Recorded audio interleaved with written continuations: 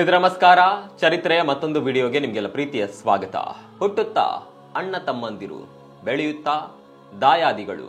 ಈಗ ಈ ಜನರೂಢಿ ಮಾತು ಎಲ್ಲೆಡೆ ಕೇಳಿರುವಂತದ್ದೇ.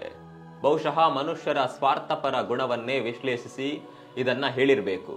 ನಾವೆಷ್ಟೇ ಅನ್ಯೋನ್ಯವಾಗಿದ್ದೀವಿ, ಪ್ರೀತಿಯಿಂದ ಇದ್ದೀವಿ ಅಂದ್ರೂ ಇಂಥದ್ದೊಂದು ಕಲಹ ಅಥವಾ ಮನಸ್ಥಿತಿ ಒಮ್ಮೆಯಾದ್ರೂ ಬಂದು ಹೋಗಿರುತ್ತೆ.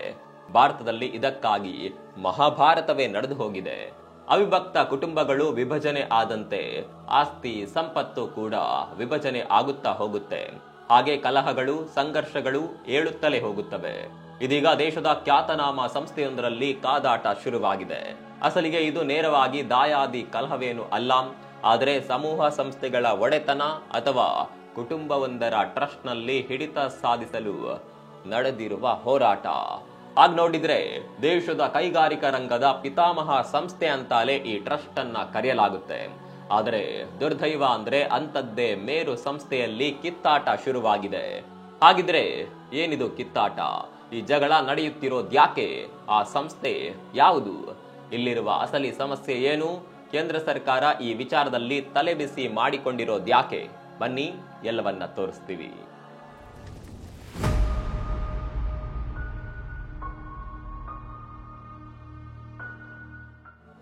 ಟಾಟಾ ಈ ಹೆಸರು ಕೇಳಿದ ತಕ್ಷಣವೇ ಇಡೀ ದೇಶವೇ ಕಣ್ಮುಂದೆ ಬರುತ್ತೆ. ಅದರೊಂದಿಗೆ ರಾಷ್ಟ್ರೀಯತೆಯ ಭಾವವು ಎದ್ದು ನಿಲ್ಲುತ್ತೆ. ಭಾರತದ ಭದ್ರ ಬುನಾದಿಗೆ ಪರಿಶ್ರಮ ಹಾಕಿದವರಲ್ಲಿ ಈ ಕುಟುಂಬದ ಪಾಲು ದೊಡ್ಡದಿದೆ. ಚಿಕ್ಕ ಮಕ್ಕಳಿಂದ ಹಿಡಿದು ವಯೋವೃದ್ಧರವರೆಗೂ ಟಾಟಾ ಹೆಸರು ಕೇಳದವರೇ ಇಲ್ಲ.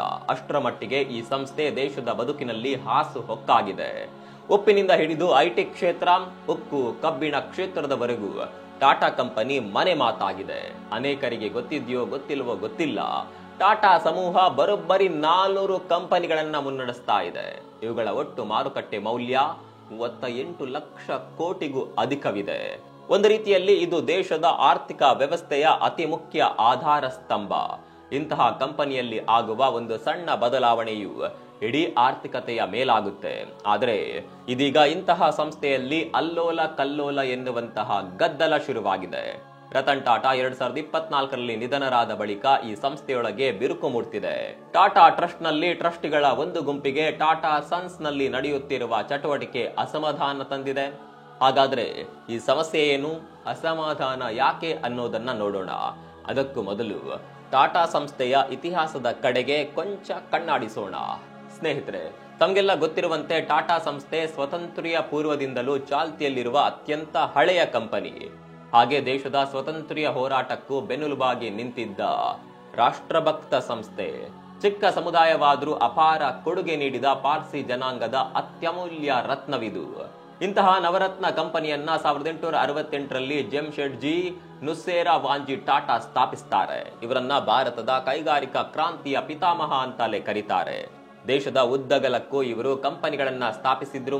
ನಷ್ಟದಲ್ಲಿದ್ದ ಚುಂಚಪೋಕಲಿ ಆಯಿಲ್ ಮಿಲ್ ಅನ್ನ ಜವಳಿ ಕಾರ್ಖಾನೆಯಾಗಿ ಬದಲಿಸುವ ಮೂಲಕ ಹತ್ತಿ ಬಟ್ಟೆ ಉದ್ಯಮದಲ್ಲಿ ತಮ್ಮನ್ನು ತೊಡಗಿಸಿಕೊಂಡ್ರು. ಬಳಿಕ 1874ರಲ್ಲಿ ನಾಗಪುರದಲ್ಲಿ ಮತ್ತೊಂದು ಜವಳಿ ಕಾರ್ಖಾನೆಯನ್ನ ಸ್ಥಾಪಿಸಿದ್ರು. ಜವಳಿ ಉದ್ಯಮದಲ್ಲಿ ಟಾಟಾ ಅಚ್ಚಳಿಯದ ಹೆಜ್ಜೆ ಗುರುತು ಮೂಡಿಸಿದ್ರು. ಇದೇ ಕಾರಣಕ್ಕಾಗಿಯೇ ಬ್ರಿಟಿಷರು ಕೂಡ ಇವರ ನೆರವು ಪಡೆದಿದ್ರು. ಹಾಗ ನೋಡಿದರೆ 1887ರಲ್ಲಿ ಬ್ರಿಟಿಷರಿಂದ ಸ್ಥಾಪನೆಯಾದ ರಾಜ್ಯದ ಗೋಕಾಕ್ ಜವಳಿ ಮಿಲ್ಗೂ ಇವರೇ ಮೂಲ ಪ್ರೇರಕ ಶಕ್ತಿ. ಇನ್ನು ಬೆಂಗಳೂರಿನ ಭಾರತೀಯ ವಿಜ್ಞಾನ ಮಂದಿರ ಕೂಡ ಇವರದ್ದೇ ಕೊಡುಗೆ. ಅಲ್ಲದೆ ಜೆಮ್ಶೆಡ್ಜಿ 1903ರಲ್ಲಿ ಐತಿಹಾಸಿಕ ತಾಜ್ ಹೋಟೆಲ್ ಅನ್ನ ನಿರ್ಮಿಸುವ ಮೂಲಕ ಹೊಸದೊಂದು ಅಧ್ಯಾಯಕ್ಕೆ ಮುನ್ನುಡಿ ಬರೆದ್ರು. ಇವರ ತರುವಾಯ ಬಂದ ಸರ್ ದೊರಾಬ್ಜಿ ಟಾಟಾ ಹಾಗೂ ರತನ್ ಟಾಟಾ ಜೆಮ್ಶೆಡ್ಪುರದಲ್ಲಿ ಭಾರತದ ಮೊದಲ ಉಕ್ಕು ಕಾರ್ಖಾನೆಯನ್ನ ಸ್ಥಾಪಿಸ್ತಾರೆ. ಇವರ ಬಳಿಕ ಬಂದ ಜೆಆರ್ಡಿ ಟಾಟಾ ಸಂಸ್ಥೆಯನ್ನ ಮತ್ತೊಂದು ಎತ್ತರಕ್ಕೆ ಕೊಂಡೊಯ್ಯುತ್ತಾರೆ. ಟಾಟಾ ಏರ್ಲೈನ್ಸ್ ಸೇರಿದಂತೆ ಹಲವು ಮಜಲುಗಳು ಇವರ ಅವಧಿಯಲ್ಲಿ ಸ್ಥಾಪಿಸಲ್ಪಟ್ಟವು. ಇನ್ನು ರತನ್ ಟಾಟಾ ಅವರಂತೂ ಟಾಟಾ ಸಮೂಹವನ್ನ ಬಾನೆತ್ತರಕ್ಕೆ ಬೆಳೆಸಿದ್ರು. ಸ್ನೇಹಿತರೆ, ಟಾಟಾ ಕಂಪನಿ ಬೇರೆ ಕಂಪನಿಗಳಂತಲ್ಲ. ಹೆಚ್ಚು ಕಡಿಮೆ ಇದರ ಲಾಭ ಬಹುತೇಕ ಚಾರಿಟಿಗಳಿಗೆ ಹೋಗುತ್ತದೆ. ದೇಶದ ಹಲವು ಭಾಗಗಳಲ್ಲಿ ಆಸ್ಪತ್ರೆ, ಅನಾಥಾಲಯ, ಸೇವಾ ಭವನಗಳನ್ನ ಟಾಟಾ ಸಂಸ್ಥೆ ಕಟ್ಟಿಸಿದೆ. ಜಾಗತಿಕವಾಗಿ ಸಮಾಜಮುಖಿ ಕಾರ್ಯಗಳಿಗೆ ಅತಿ ಹೆಚ್ಚು ಹಣ ವಿನಿಯೋಗಿಸುತ್ತಿರುವ ಕಂಪನಿಯೂ ಸಹ ಇದಾಗಿದೆ. ಸ್ನೇಹಿತರೆ, ಇಂತಹ ಚಾರಿಟಿಗಳ ದಾನಶೂರ ಕಂಪನಿಯಲ್ಲೀಗ ಕಿತ್ತಾಟ ಶುರುವಾಗಿದೆ. ಪ್ರಾಮಾಣಿಕತೆ ಹಾಗೂ ಶುದ್ಧ ಸೇವಾ ಭಾವಕ್ಕೆ ಮತ್ತೊಂದು ಹೆಸರು ಎನ್ನುವಂತಿದ್ದ ಟಾಟಾ ಟ್ರಸ್ಟ್ ನಲ್ಲಿ ಯಾದವಿ ಕಲಹ ಹುಟ್ಕೊಂಡಿದೆ. ಅಂದಹಾಗೆ ಟಾಟಾ ಗ್ರೂಪ್ ನಲ್ಲಿ 26 ಲಿಸ್ಟೆಡ್ ಕಂಪನಿಗಳು ಒಳಗೊಂಡಂತೆ ಹಲವಾರು ಸಂಸ್ಥೆಗಳಿವೆ. ಇವುಗಳನ್ನ ಟಾಟಾ ಸನ್ಸ್ ನಿಯಂತ್ರಿಸುತ್ತದೆ. ಇದು ಹೋಲ್ಡಿಂಗ್ ಕಂಪನಿ. ಎಲ್ಲ ಟಾಟಾ ಕಂಪನಿಗಳು ಕೂಡ ಇದರ ನೇರ ನಿಯಂತ್ರಣದಲ್ಲಿ ಇರುತ್ತವೆ. ಇನ್ನು ಟಾಟಾ ಕುಟುಂಬದಲ್ಲಿ ಹಲವಾರು ದತ್ತಿ ಟ್ರಸ್ಟ್ಗಳಿವೆ. ಅವೆಲ್ಲವೂ ಸೇರಿ ಏಕೀಕೃತವಾಗಿ ಟಾಟಾ ಟ್ರಸ್ಟ್ ಇದೆ. ಇದು ಟಾಟಾ ಸಮೂಹದ ಹೋಲ್ಡಿಂಗ್ ಕಂಪನಿಯಾದ ಟಾಟಾ ಸನ್ಸ್ ನಲ್ಲಿ 66% ಪಾಲು ಹೊಂದಿದೆ. ಹೀಗಾಗಿ ಟಾಟಾ ಟ್ರಸ್ಟ್ ಇಡೀ ಟಾಟಾ ವ್ಯವಹಾರದಲ್ಲಿ ನಿರ್ಣಾಯಕ ಅಧಿಕಾರ ಹಾಗೂ ಪಾತ್ರ ಹೊಂದಿದೆ. ಇದೇ ಈಗ ಸಮಸ್ಯೆಗೆ ಮೂಲವಾಗಿದೆ. ಇದು ಮೇಲ್ನೋಟಕ್ಕೆ ಟಾಟಾ ಸನ್ಸ್ ಹಾಗೂ ಟಾಟಾ ಟ್ರಸ್ಟ್ ನಡುವಿನ ಗುದ್ದಾಟ ಅಂತ ಅನ್ಸಬಹುದು. ಆದರೆ ವಿಷಯ ಬೇರೆನೇ ಇದೆ. ಅಂದಹಾಗೆ ಟಾಟಾ ಸನ್ಸ್ ನ ಅಧ್ಯಕ್ಷ ಸ್ಥಾನದಲ್ಲಿ ಚಂದ್ರಶೇಖರನ್ ಇದ್ದಾರೆ. ಆದರೆ ಟಾಟಾ ಟ್ರಸ್ಟ್ ನ ಚೇರ್ಮನ್ ಆಗಿರೋದು ನೋಯಲ್ ಟಾಟಾ. ಈ ಹಿಂದೆ ರತನ್ ಟಾಟಾ ಬದುಕಿರುವವರೆಗೂ ಸಂಸ್ಥೆಯಲ್ಲಿ ಯಾವುದೇ ಭಿನ್ನ ಅಭಿಪ್ರಾಯಗಳಿಗೆ ಅವಕಾಶ ಇರಲಿಲ್ಲ. ರತನ್ ಟಾಟಾ ಮೇಲಿನ ಗೌರವ ಅಭಿಮಾನದಿಂದಾಗಿ ಎಲ್ಲವೂ ಸಲೀಸಾಗಿ ನಡೆದಿತ್ತು. ಟ್ರಸ್ಟ್ಗಳಾಗ್ಲಿ ಬೋರ್ಡ್ ಡೈರೆಕ್ಟರ್ಗಳಾಗ್ಲಿ ಸರ್ ರತನ್ ಟಾಟಾ ನಿರ್ಧಾರವನ್ನ ಪ್ರಶ್ನಿಸ್ತಾ ಇರಲಿಲ್ಲ. ಆದರೆ ನೋಯಲ್ ಟಾಟಾ ಅವರಿಗೆ ಅಂತಹ ಅವಕಾಶವಿಲ್ಲ. ರತನ್ ಟಾಟಾ ನಿಧನದ ಬಳಿಕ ಟ್ರಸ್ಟ್ ನಲ್ಲಿ ಹಿಡಿತದ ಲಾಬಿ ಜೋರಾಗಿದೆ. ಇದರಿಂದಾಗಿ ಇಡೀ ಟ್ರಸ್ಟ್ ನಲ್ಲಿ ಅಲ್ಲೋಲ ಕಲ್ಲೋಲ ಪರಿಸ್ಥಿತಿ ಉಂಟಾಗುವ ಸ್ಥಿತಿ ಬಂದೊದಗಿದೆ.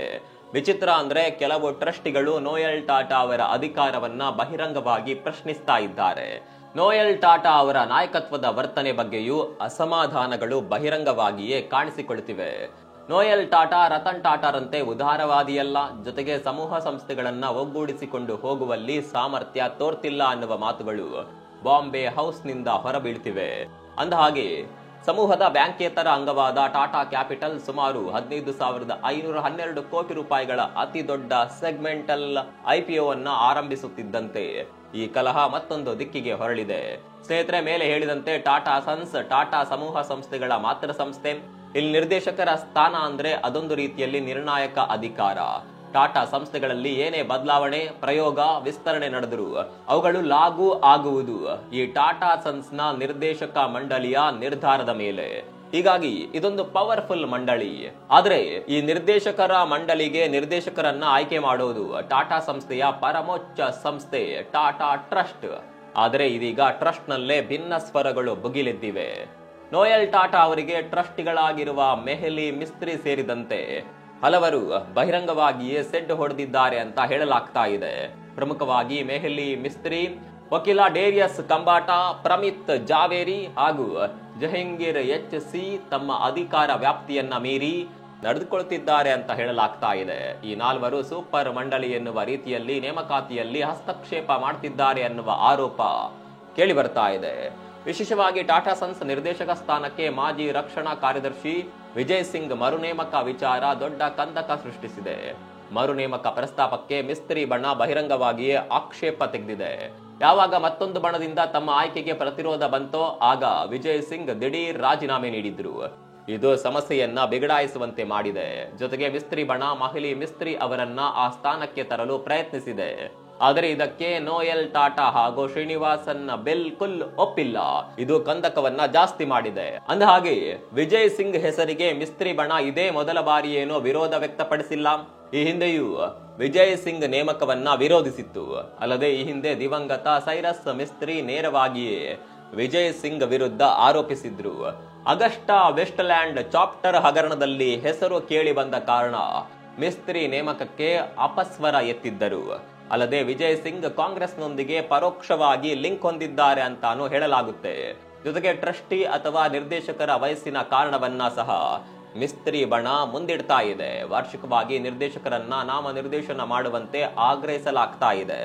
ಇದು ಸಹ ಟಾಟಾ ಟ್ರಸ್ಟ್ ನಲ್ಲಿ ಬಿರುಕು ಮೂಡುವಂತೆ ಮಾಡಿದೆ. ಇನ್ನು ಟಾಟಾ ಸಮೂಹದಲ್ಲಿನ ಕಲಹಕ್ಕೆ ಕೇವಲ ನಿರ್ದೇಶಕರ ಆಯ್ಕೆಯೊಂದೇ ಕಾರಣವಲ್ಲ, ಅಲ್ಲಿ ಇನ್ನೊಂದು ಮಹತ್ವದ ಅಂಶ ಇದೆ.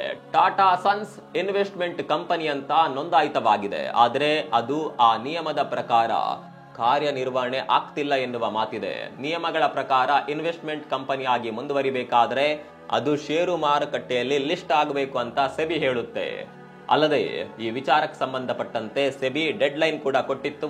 ಆದರೆ ಇಲ್ಲಿವರೆಗೆ ಟಾಟಾ ಸನ್ಸ್ ಈ ವಿಷಯದಲ್ಲಿ ಸೈಲೆಂಟ್ ಆಗಿತ್ತು. ಅಸಲಿಗೆ ಟಾಟಾ ಸನ್ಸ್ ಸೆಬಿಯಲ್ಲಿ ನೋಂದಣಿ ಆದ್ರೆ ಮಿಸ್ತ್ರಿ ಬಳಗಕ್ಕೆ ಲಾಭವಿದೆ ಎನ್ನುವ ಮಾತಿದೆ. ಕಾರಣ ಟಾಟಾ ಸನ್ಸ್ನಲ್ಲಿ 18%ಕ್ಕಿಂತ ಹೆಚ್ಚಿನ ಷೇರು ಪಾಲನ್ನ ಮಿಸ್ತ್ರಿ ಕುಟುಂಬ ಹೊಂದಿದೆ. ಹೀಗಾಗಿ ಅದು ಟಾಟಾ ಸನ್ಸ್ ಅನ್ನ ಷೇರು ಮಾರುಕಟ್ಟೆಯಲ್ಲಿ ಲಿಸ್ಟ್ ಮಾಡಬೇಕು ಅಂತ ಒತ್ತಡ ಹಾಕ್ತಿದೆ. ಒಂದು ವೇಳೆ ಕಂಪನಿಯನ್ನ ಲಿಸ್ಟ್ ಮಾಡದೆ ಹೋದ್ರೆ ಕನಿಷ್ಠ ತಮ್ಮ ಇನ್ವೆಸ್ಟ್ಮೆಂಟ್ ನೋಂದಣಿಯನ್ನಾದ್ರೂ ಬಿಟ್ಟು ಕೊಡುವಂತೆ ಒತ್ತಡ ಹಾಕ್ತಿದೆ. ಸದ್ಯದ ಸ್ಥಿತಿಯಲ್ಲಿ ಟಾಟಾ ಸನ್ಸ್ ಲಿಸ್ಟ್ ಆದ್ರೆ ಮಾತ್ರ ಮಿಸ್ತ್ರಿ ಕುಟುಂಬಕ್ಕೆ ಹಣಕಾಸು ಮೌಲ್ಯ ಸಿಗುತ್ತದೆ. ಇಲ್ಲದಿದ್ದರೆ ಷೇರು ಪಾಲು ಇದ್ದರೂ ಅದು ವೇಸ್ಟ್ ಅನ್ನುವ ರೀತಿಯೇ ಇದೆ. ಹಾಗಂತ ಇದೇನು ಈಗ ಉದ್ಭವವಾಗಿರುವ ಸಮಸ್ಯೆಯಲ್ಲ. ಈ ಹಿಂದೆ ರತನ್ ಟಾಟಾ ಇದ್ದಾಗಲೂ ಇಂಥದ್ದೊಂದು ಬೇಡಿಕೆ ಮಿಸ್ತ್ರಿ ಶಾಪೂರ್ ಜಿ ಪಲ್ಲನ್ ಜಿ ಗ್ರೂಪ್ ನಿಂದ ಇತ್ತು. ಆದ್ರೆ ಇದೀಗ ನೋಯಲ್ ಟಾಟಾ ಬಂದ ಮೇಲೆ ಸಮಸ್ಯೆಗಳು ಜಾಸ್ತಿ ಬಹಿರಂಗವಾಗಿ ಕಾಣಿಸಿಕೊಡುತ್ತಿದೆ. ಸ್ನೇಹಿತರೆ, ಟಾಟಾ ಸಮೂಹದಲ್ಲಿನ ಈ ಕಿತ್ತಾಟ ಕೇಂದ್ರ ಸರ್ಕಾರವನ್ನ ದಿಗಿಲುಬಡಿಸಿದೆ. ದೈತ್ಯ ಕಾರ್ಪೊರೇಟ್ ಸಂಸ್ಥೆಯಲ್ಲಿ ಉಂಟಾಗಿರುವ ಕಲಹ ಸಹಜವಾಗಿಯೇ ದೇಶದ ವಿತ್ತೀಯ ಸ್ಥಿತಿಯ ಮೇಲೂ ಪರಿಣಾಮ ಬೀರಲಿದೆ. ಸರಿಸುಮಾರು 38 ಲಕ್ಷ ಕೋಟಿ ಸಾಮ್ರಾಜ್ಯ ಅಲುಗಾಡಿದ್ರೆ ಅದರ ಎಫೆಕ್ಟ್ ನೇರವಾಗಿಯೇ ಒತ್ತಡ ಸೃಷ್ಟಿಸಲಿದೆ. ಹೀಗಾಗಿಯೇ ಒಕ್ಕೂಟ ಸರ್ಕಾರ ಸಮಸ್ಯೆಯಲ್ಲಿ ಮಧ್ಯಪ್ರವೇಶ ಮಾಡಿದೆ. ಈಗಿರುವ ಮಾಹಿತಿಯಂತೆ ಕೇಂದ್ರ ಗೃಹ ಸಚಿವ ಅಮಿತ್ ಶಾ ಟಾಟಾ ಸಂಸ್ಥೆಯೊಂದಿಗೆ ನಿಕಟ ಸಂಪರ್ಕದಲ್ಲಿದ್ದಾರೆ. ಮಂಗಳವಾರ ಟಾಟಾ ಟ್ರಸ್ಟ್ ಅಧ್ಯಕ್ಷ ನೋಯಲ್ ಟಾಟಾ, ಶ್ರೀನಿವಾಸನ್, ಡೇರಿಯಸ್ ಕಂಬಾಟಾ, ಟಾಟಾ ಸನ್ಸ್ ಮುಖ್ಯಸ್ಥ ಚಂದ್ರಶೇಖರನ್ ಸೇರಿದಂತೆ ಹಲವು ಹಿರಿಯರ ಜೊತೆ ಒಂದು ಸುತ್ತಿನ ಮಾತುಕತೆಯೂ ನಡೆದಿದೆ. ಕೇಂದ್ರ ಹಣಕಾಸು ಸಚಿವೆ ನಿರ್ಮಲಾ ಕೂಡ ಈ ಮಾತುಕತೆಯಲ್ಲಿ ಭಾಗಿಯಾಗಿದ್ರು ಅಂತ ಹೇಳಲಾಗುತ್ತೆ. ಆದಷ್ಟು ಬೇಗ ಹಾಗೂ ಸುಸೂತ್ರ ರೀತಿಯಲ್ಲಿ ಈ ಸಮಸ್ಯೆಗಳು ಬಗೆಹರಿಸಲು ಕೇಂದ್ರ ಶತ ಪ್ರಯತ್ನ ಮಾಡ್ತಿದೆ. ಇನ್ನು ಇದರ ನಡುವೆ ಶುಕ್ರವಾರ ಅಂದ್ರೆ ಅಕ್ಟೋಬರ್ 10ರಂದು ಟಾಟಾ ಟ್ರಸ್ಟ್ ಮಂಡಳಿ ಸಭೆ ನಿಗದಿಯಾಗಿದೆ. ಈ ಮೀಟಿಂಗ್ ನಲ್ಲಿ ಟಾಟಾ ಸನ್ಸ್ ನ ಮುಂದಿನ ಮಾರ್ಗ ಏನು ಎಂಬುದು ನಿರ್ಧಾರವಾಗಲಿಕ್ಕಿದೆ. ಹೀಗಾಗಿ ಈ ಸಭೆ ನಿರ್ಣಾಯಕವಾಗಿದೆ. ಟಾಟಾ ಮುಖ್ಯ ಕಚೇರಿ ಇರುವ ಮುಂಬೈನಲ್ಲಿ ಈ ಹೈ ವೋಲ್ಟೇಜ್ ಮೀಟಿಂಗ್ ನಡೆಯಲಿದೆ. ಹೀಗಾಗಿ ಎಲ್ಲರ ಚಿತ್ತ ಬಾಂಬೆ ಹೌಸ್ ನತ್ತ ನೆಟ್ಟಿದೆ. ಒಟ್ನಲ್ಲಿ ದೇಶದ ಅತಿದೊಡ್ಡ ಉದ್ಯಮ ಸಮೂಹದಲ್ಲಿ ಎದ್ದಿರುವ ಅಧಿಕಾರದ ಗುದ್ದಾಟ ಗಮನ ಸೆಳೆದಿದೆ. ಎಲ್ಲವೂ ಸುಸೂತ್ರವಾಗಿ ಬಗೆಹರಿಯಲಿ ಎನ್ನುವ ಆಶಯ ಸರ್ಕಾರದ ಜೊತೆ ಜನರದ್ದು ಆಗಿದೆ. ಟಾಟಾ ಸಮೂಹದಲ್ಲಿ ನಡೀತಾ ಇರುವ ಈ ಕಲಹದ ಬಗ್ಗೆ ನಿಮ್ಗೆ ಅನ್ಸುತ್ತೆ? ಕಾಮೆಂಟ್ ಮಾಡಿ.